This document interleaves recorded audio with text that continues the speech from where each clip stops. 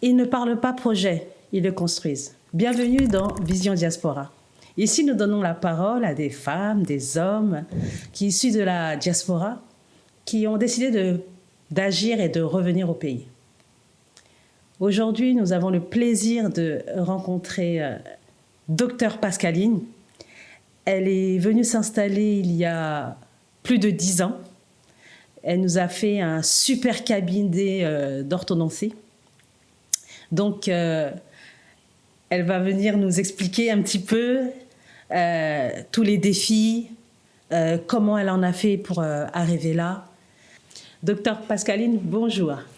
Bonjour Mariam. Est-ce que tu peux te présenter et dire un petit peu ce que tu fais ? Très bien, donc merci de m'avoir invitée. Je suis docteur Pascaline Atebi, chirurgien dentiste, donc spécialiste qualifié en orthodontie. Je dirige le cabinet dentaire Latry depuis une dizaine d'années. Donc c'est le cabinet que j'ai créé quand je suis rentrée en Côte d'Ivoire. Je suis maman de jumeaux, 2 garçons, et je suis mariée. Ok. Donc, est-ce que tu pourrais nous expliquer un peu d'abord ton parcours, d'où tu viens en Europe exactement, ce que tu as fait là-bas? Très bien, mais avant, je vous remercie, donc, comme je disais, de me donner cette opportunité de m'exprimer sur mon parcours, sur mon expérience et ma vision. Et j'espère en tout cas que ce programme ou ce témoignage soit inspirant pour d'autres personnes de la diaspora également qui souhaitent franchir le cap pour venir s'installer en Afrique. Effectivement, ça a toujours été pour moi un projet de revenir en Côte d'Ivoire. Je suis une grande fan de la Côte d'Ivoire. J'adore mon pays. Et depuis toujours, j'ai toujours voulu revenir pour m'installer. Et quel a été le déclic? Qu'est-ce qui a fait que tu t'es dit? Parce que quand même, tu as fait des études en Europe. C'est en France, c'est ça? En France, à Bordeaux. À Bordeaux. Et on sait que là-bas, quand même, un dentiste, normalement, il est quand même pas mal. Il est bien, il est posé. Alors que là, tu t'es dit, je retourne au pays quand même. Avec tous ces... tu sais, on a des doutes. Donc déjà, qu'est-ce qui a fait que tu t'es dit, allez, je m'en vais. Je prends mon diplôme et je m'en vais. Alors, effectivement, bien avant, je me suis renseignée chez plusieurs personnes, des aînés, voilà, avant de venir, qui m'ont encouragée à franchir le cap. Et puis, comme je disais, j'ai toujours voulu revenir. C'était vraiment un projet. Pour moi, je devais rentrer en Côte d'Ivoire pour apporter ce que j'étais allée apprendre. Génial. Voilà. Et l'orthodontie, quand je suis rentrée il y a 10 ans, était très rare en Côte d'Ivoire. Je crois que j'étais la 7e orthodontiste quand je suis rentrée, donc orthodontiste qualifiée. Je parle, donc c'était vraiment, j'avais cette envie d'apporter quelque chose dans la Côte d'Ivoire et il y avait une demande.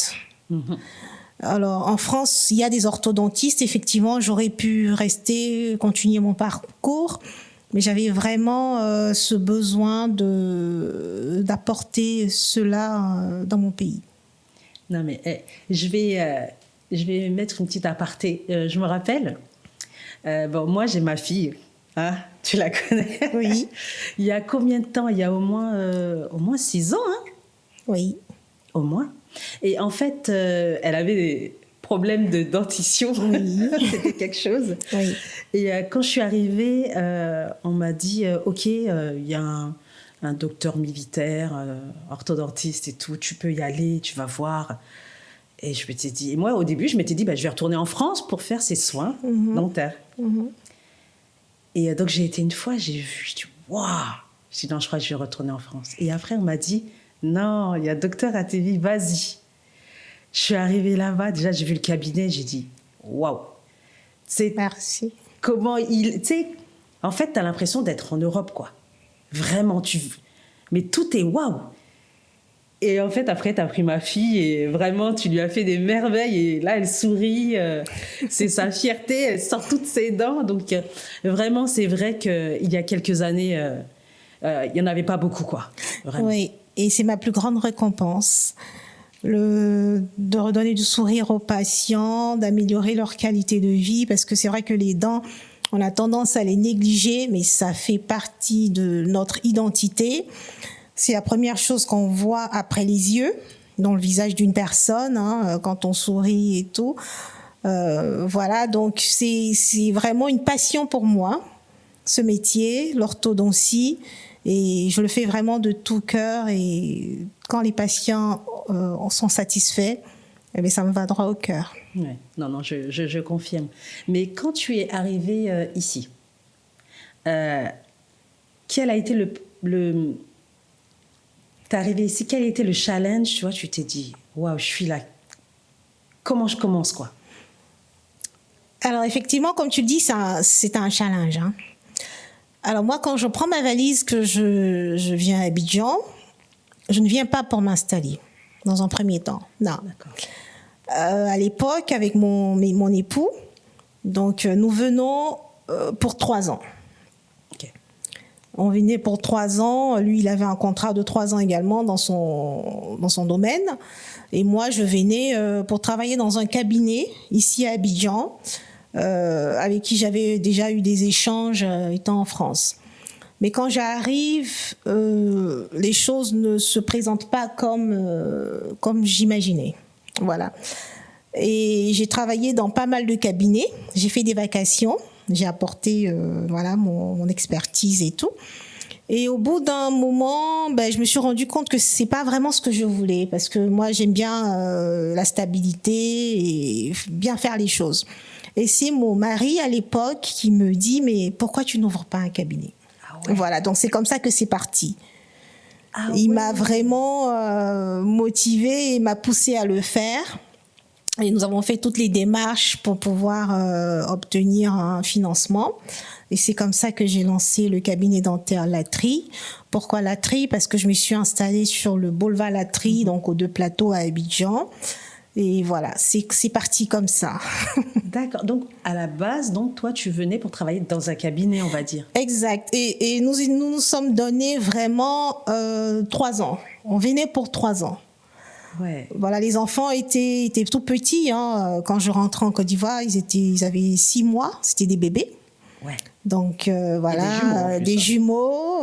Voilà, en tant que maman, j'étais à gauche à droite dans plusieurs cabinets. Et voilà, il a fallu que je me pose quelque part. Et heureusement pour moi, ça m'a permis vraiment d'écrire ma carrière dans mon pays. C'était un rêve pour moi, et de me faire connaître tant au niveau des patients que dans mon milieu, parce que je suis aussi membre du Conseil national de l'Ordre des chirurgiens dentistes. Voilà, donc je siège également donc au niveau du Conseil. Et c'est tout ce parcours, tout ce travail qui m'a permis d'avoir ces opportunités. D'accord, mais dans ce cas-là, en fait, tout a été assez rapide ou non? Tu as galéré sur certaines choses, il y a des choses que tu ne t'attendais pas du tout? Alors, oui, effectivement, il y a des surprises, hein. On peut tomber sur des choses auxquelles on ne s'y attend pas. Notamment la façon dont les gens travaillent ici. Voilà, c'est vraiment ce qui m'a un peu compliqué la tâche, parce qu'il a fallu former une équipe. Lorsque j'ai monté le cabinet, les assistants dentaires, à l'époque, il n'y avait pas la formation d'assistant dentaire en Côte d'Ivoire. Bon, maintenant, on a une école d'assistants dentaires, heureusement pour nous. Donc, il a fallu prendre des personnes avec des diplômes d'infirmiers ou d'aides-soignants qu'on a adapté au cabinet dentaire. Donc ça a été vraiment l'une des difficultés pour pouvoir avancer. Et heureusement pour nous, aujourd'hui, nous avons quand même une équipe assez stable. Voilà, donc aussi avec des compétences requises pour pouvoir travailler dans un cabinet dentaire. D'accord, mais est-ce que à un moment, Justement, parce que bon, je sais ce que c'est, hein, quand tu dois employer des gens, on n'a pas les mêmes codes, on n'a pas la même façon de s'exprimer, on n'a pas la même façon de recevoir Les patients. les patients. Bon, moi, je connais ton cabinet, donc je sais très bien comment il reçoit. Et franchement, c'est... quand on me demande est-ce que tu connais un dentiste, moi, je les envoie. Il m'appelle, il me dit... dernièrement, il y en a une qui est partie chez toi qui m'a dit mais génial! Et elle a envoyé le message à tout le monde. Elle a dit allez là-bas, tu vois. Donc, c'est vrai que tu as dû bosser. Franchement, tu as dû bosser. Mais est-ce qu'il y a quelque chose à ce moment-là où tu t'es dit ah non, mais ça y est, ça m'a fatiguée, j'arrête. Ou je retourne en France, je sais pas. Oui, c'est arrivé. C'est toujours des problèmes de personnes, hein, d'adaptation.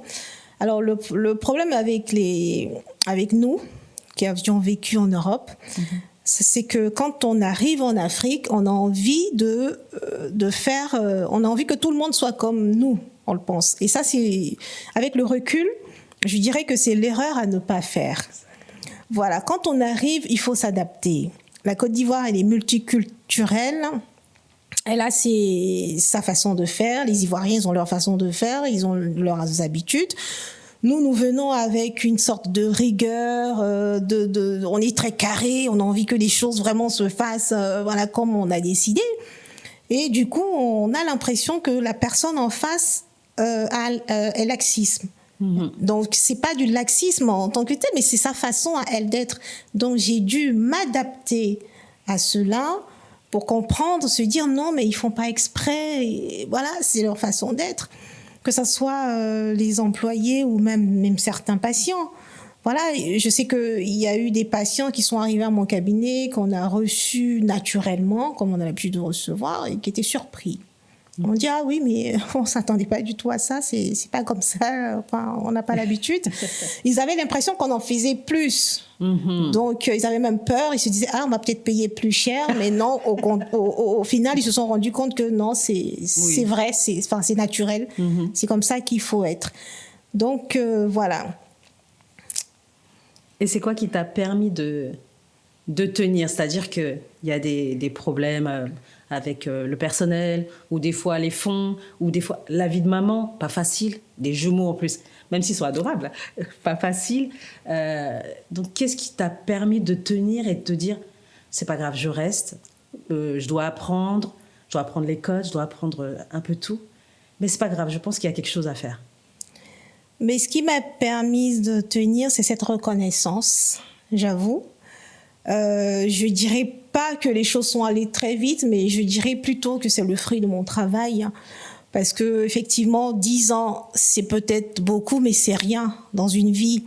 Et en 10 ans, j'ai quand même acquis de la reconnaissance, tant dans mon milieu professionnel avec des collègues, avec d'autres médecins qui n'ont rien à voir avec la chirurgie dentaire, et aussi au niveau des patients. Donc, c'est tout ça qui motive.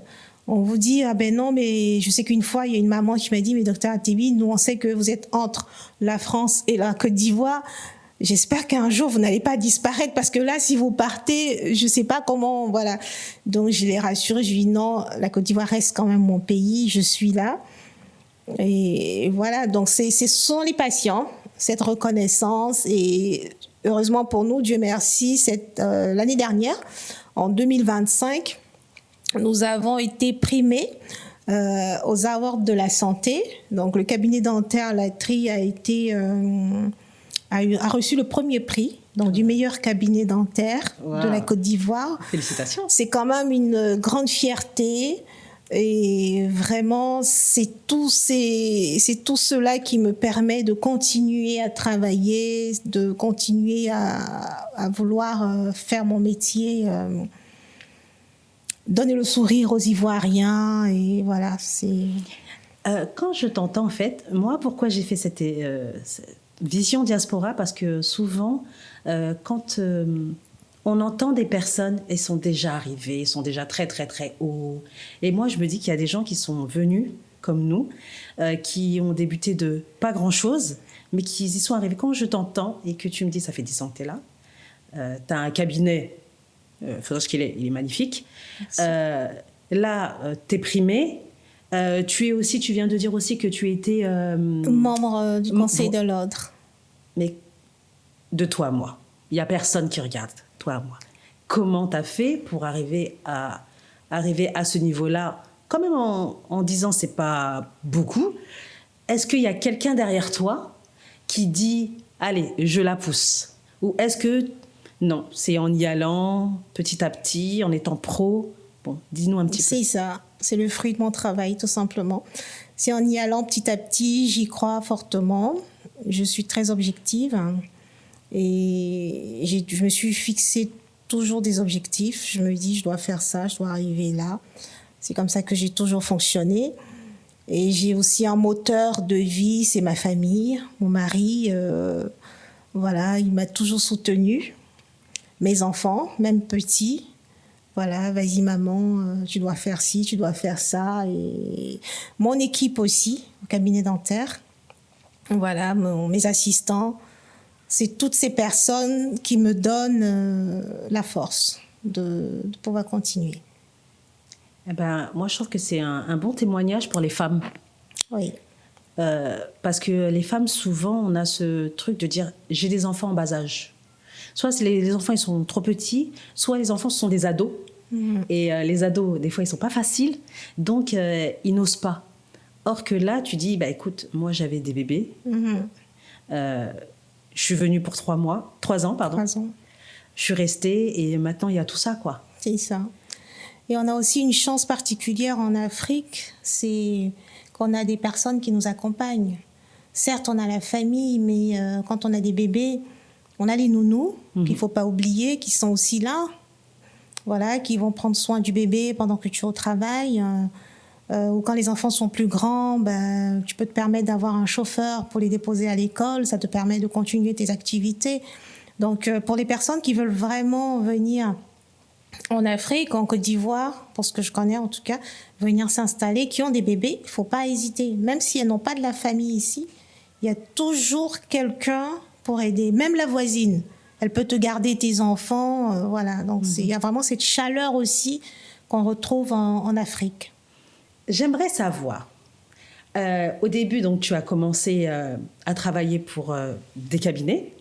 Comment tu as fait pour que les gens te fassent confiance et te confient leurs dents ou les dents de leurs enfants? Bah, ils font confiance aux professionnels, tout simplement. D'accord. J'ai fait des études pour. Je leur ai montré aussi que j'avais les compétences pour traiter leurs dents ou les dents de leurs enfants. Donc, ça se fait naturellement. Et il n'y a pas eu le truc, parce que tu sais, quand on dit « Ah, vas-y, c'est une Française », ils vont se dire « Ah ouais, non, elle va nous couper la tête, elle va nous prendre un prix pas possible. » Oui. Tu vois? Déjà, il faut savoir que les tarifs sont homologués. Hein. Ah bon? Ah oui, c'est pas, on ne se lève pas pour fixer nos tarifs en tant que cabinet dentaire, non. Les tarifs sont communiqués par le Conseil de l'Ordre et le syndicat des chirurgiens dentistes du privé. Voilà. Les consultations à temps, les soins à temps, enfin on a des tarifs qu'on reçoit chaque année, qu'on doit suivre. Il y a, comment dire, un plafond à ne pas dépasser. Et moi, en général, à mon cabinet, je suis au plancher. Hein. Je suis au plancher du tarif recommandé par les institutions que je viens de citer. D'accord. Voilà. Ah, je travaille aussi avec des assurances, donc c'est pas des tarifs qu'on peut appliquer n'importe comment, non. C'est vraiment réglementé. Ok. Il y a pas mal de personnes qui nous demandent, et des personnes dans la santé qui viennent, et on échange ensemble et ils me disent, écoute, moi par exemple je suis aide-soignante, je veux venir exercer au pays. Souvent, ce sont même des personnes qui se connaissent et qui me disent, on est 2-3, on aimerait venir travailler dans une clinique ou quoi. Bon, moi je leur dis, mais dans ce cas-là, pourquoi vous ne faites pas une structure? Pourquoi? Parce que vous allez venir travailler ici, il faut savoir que ce n'est pas le même tarif qu'en France. Donc toi qui es dans le domaine, qu'est-ce que tu conseillerais à toutes ces personnes qui nous contactent et qui nous disent, moi je suis aide-soignante, Moi, j'ai fait mes études d'infirmière. Qu'est-ce que tu pourrais leur conseiller? Ben, c'est un peu ce que tu viens de dire. Si elles veulent, enfin après ça va dépendre dans quoi elles veulent poursuivre. Est-ce que ce sont des personnes qui sont déjà dans la fonction publique en France et qui veulent poursuivre dans la fonction publique en Côte d'Ivoire? Donc la réalité n'est pas du tout la même au niveau du salaire et même au niveau des conditions de travail. Donc voilà, après ça peut être un choix personnel. Cependant, si ce sont des personnes qui veulent se lancer dans du privé, moi vraiment, je les incite à le faire parce qu'il y a un besoin réel. On a un besoin de structures sanitaires en Côte d'Ivoire vraiment pour pouvoir soigner les Ivoiriens dans des bonnes conditions avec les compétences qu'il faut pour limiter un peu le fait que les personnes en griffe qui ont un peu plus de moyens puissent aller se faire soigner à l'étranger. Aujourd'hui, il y a de la compétence en Côte d'Ivoire et il y a le plateau technique dans tous les domaines. C'est quoi le plateau technique? Le plateau technique, c'est, si vous voulez, le matériel qu'il faut. Okay. Ou voilà, pour pouvoir soigner les personnes dans tous les domaines en Côte d'Ivoire. Je sais que l'État fait beaucoup d'efforts. On a des CHU qui sont très équipés aujourd'hui, comparé à il y a plusieurs années, étant donné que la Côte d'Ivoire a quand même traversé une crise, malheureusement. Mais aujourd'hui, tout ça est derrière. Et aussi, on a des structures privées qui sont vraiment très, très bien équipées en Côte d'Ivoire pour pouvoir faire prendre en charge, en tout cas, toutes sortes de maux de la population. Donc toi, tu encouragerais plutôt les personnes à venir justement faire un peu comme toi? À venir faire comme moi, à investir, à ramener ce qu'on a appris. Voilà, c'est ça aussi, hein, la vie. On est peut-être allé chercher ce qui est bien en Europe. On revient le rendre dans notre pays, voilà. Pour la population ivoirienne, moi, à mon cabinet, je ne fais pas de tri, hein, je soigne tout le monde. Toutes les couches sociales sont traitées au même niveau. Donc, il y a certaines personnes qui n'ont pas vraiment les moyens, par exemple, pour se soigner, parce que les soins dentaires coûtent cher. Et il y a des personnes pour qui je préfère traiter, on va dire... Enfin, je les classe un peu dans un quota social, comme je le dis dans mon cabinet dentaire. Voilà, donc il faut vraiment le faire si on a la possibilité. J'incite les personnes de la diaspora à franchir le cap. La Côte d'Ivoire a beaucoup, beaucoup de potentiel. Il y a beaucoup de choses à se faire ici. Et surtout, on a de la reconnaissance dans notre pays. Et ça, c'est vraiment quelque chose que je souligne. Parce que cette reconnaissance, quoi qu'on dise, on ne peut l'avoir peut-être que chez nous. Voilà, on est reine ou on est roi que lorsqu'on est sur son trône, quoi. Exactement. Voilà. Il y a une chose qui revient aussi, c'est les personnes qui sont là-bas, qui veulent, hein. Il y en a, ils veulent depuis des années. Tu sais, quand on est tous ensemble à la maison, on bavarde, on n'arrête pas de bavarder, je vais. Et puis, ils ont toujours le doute de se dire, ça marche, quoi. Il y en a, il y a toujours le côté où la personne qui va dire, non, mais ça marche pas, cherche pas, eux, c'est des mythos, ça marche pas. Qu'est-ce que tu pourrais dire à ce sujet-là? Ben, je peux dire que si on a un projet qui est mûr, il faut franchir le cap. Tout simplement, il ne faut pas hésiter. Est-ce que ça marche? C'est une question. Évidemment, parce que sinon, j'étais venue pour 3 ans, ça fait 10 ans que je suis là, je ne serai pas là. Après, ça dépend du domaine. Voilà, le domaine de chacun. Mais comme je dis, si on a un projet qui est mûr, il ne faut pas hésiter, il faut y aller, qui ne tente rien à rien. Et je pense que ça marche parce que la Côte d'Ivoire a beaucoup de potentiel. C'est pas qu'Abidjan, c'est toute la Côte d'Ivoire. Il y a des personnes qui ont des projets, mais souvent, tu sais, on a grandi en France ou en Europe, et souvent on connaît pas de personnes, par exemple même influentes, hein, parce que des fois on se dit il faut avoir des connaissances pour faire des choses au pays. Mais toi, tu dirais quoi? Est-ce qu'il faut obligatoirement connaître quelqu'un ou venir et puis tenter sa chance? Ben, je dirais qu'il faut venir. Déjà, si c'est notre pays d'origine, pourquoi pas? Il faut venir. Et on peut aussi se faire accompagner par des structures comme Diaspora. Diaspora Service Family. Diaspora Service Family. Donc, il peut vous accompagner en fonction de votre projet. Je pense que oui. Donc, vous pouvez venir, soit vous avez de la famille pour vous aider aussi. Voilà, ce qu'il faut peut-être éviter de faire, souvent, c'est les erreurs que font les personnes qui vivent en Europe, c'est de traiter les choses à distance. Voilà, ça peut être très, très compliqué. Et après, on a l'impression qu'on s'est fait avoir. Oui. Mais le problème, c'est pas ça. Le fond, c'est que les gens, ils ne fonctionnent pas comme vous. Donc, si vous voulez vraiment venir vous installer en Afrique, vous prenez votre valise, vous venez et vous pouvez prendre contact avec voilà, des structures comme Diaspora Service Family. Et ils pourront vous accompagner en fonction de votre projet, je pense. En tout cas, toi, tu déconseillerais de rester à la maison et dire j'ai envie, mais dans 1 an, dans 2 ans, dans 10 ans. Et puis final, les années passent, ça ne sert à rien. Moi, j'ai failli faire ça et après, je me suis dit, à un moment donné, je me suis dit, bon, j'attends que les garçons soient un peu plus grands, mais les années passent. Et dans la vie, il y a des moments clés. Il y a des moments clés, à un certain âge, je peux faire ça. Dans 10 ans, je ne peux pas peut-être le faire, ou je n'ai peut-être plus la force de le faire, ni les capacités. Donc, quand on le sent, il faut y aller. Il faut être fonceur, il faut y aller. Si ça prend, ça prend. Il faut se donner les moyens aussi pour que ça prenne. Ça, c'est très important. Et bien, si ça ne prend pas, on apprend toujours de ses erreurs.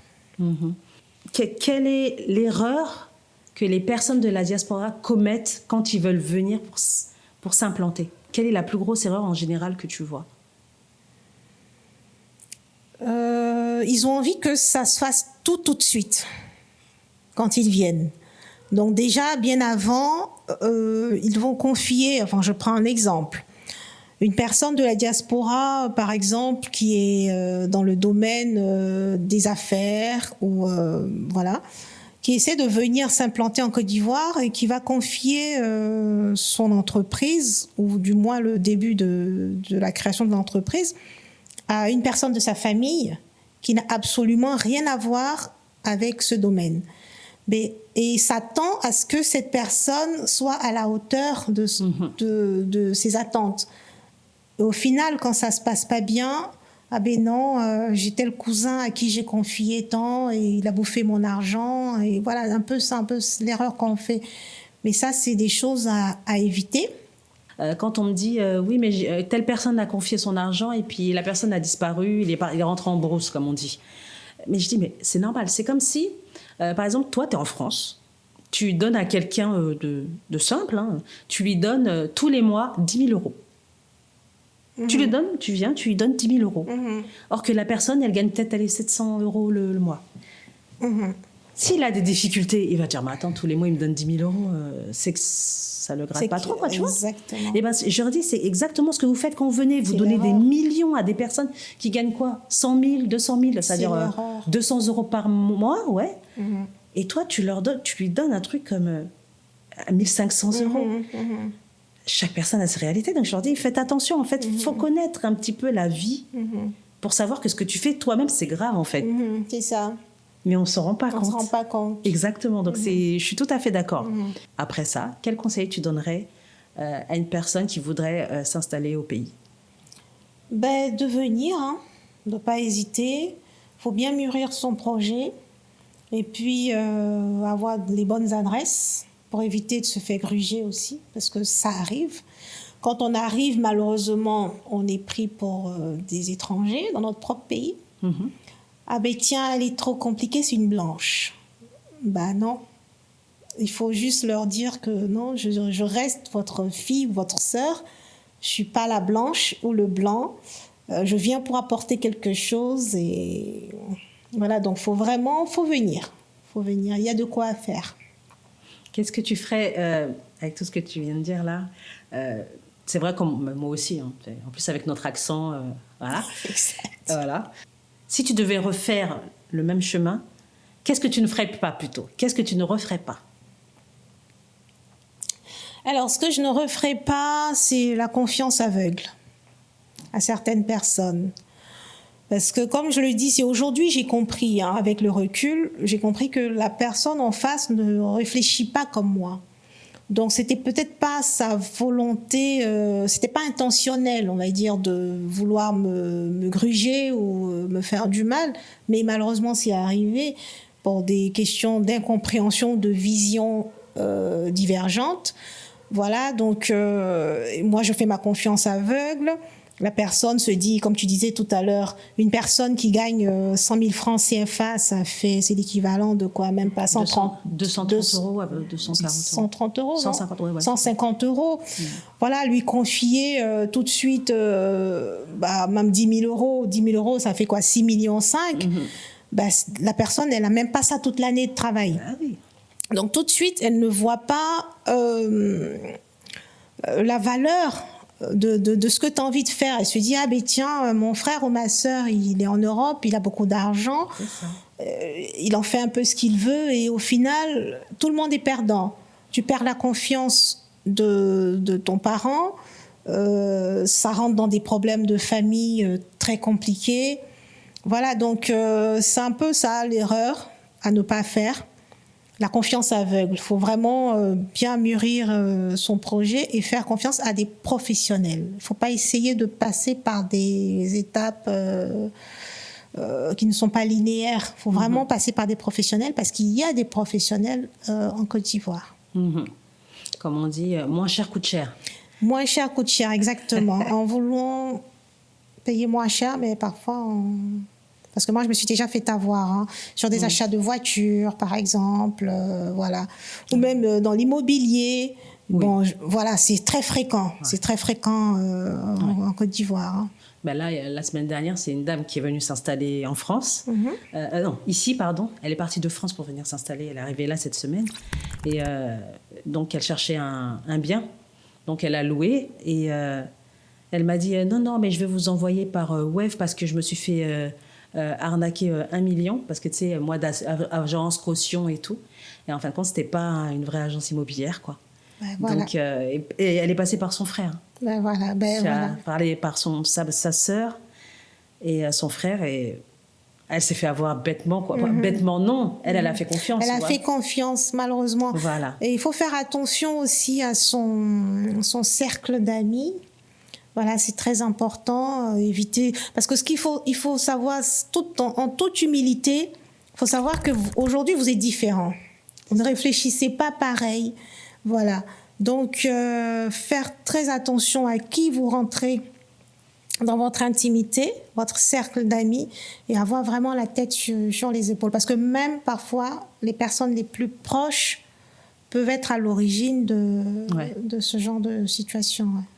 Malheureusement. Donc, pour terminer, si une personne de la diaspora nous regarde aujourd'hui et qui hésite encore, qu'est-ce que tu pourrais lui donner comme conseil pour lui permettre de passer à l'action?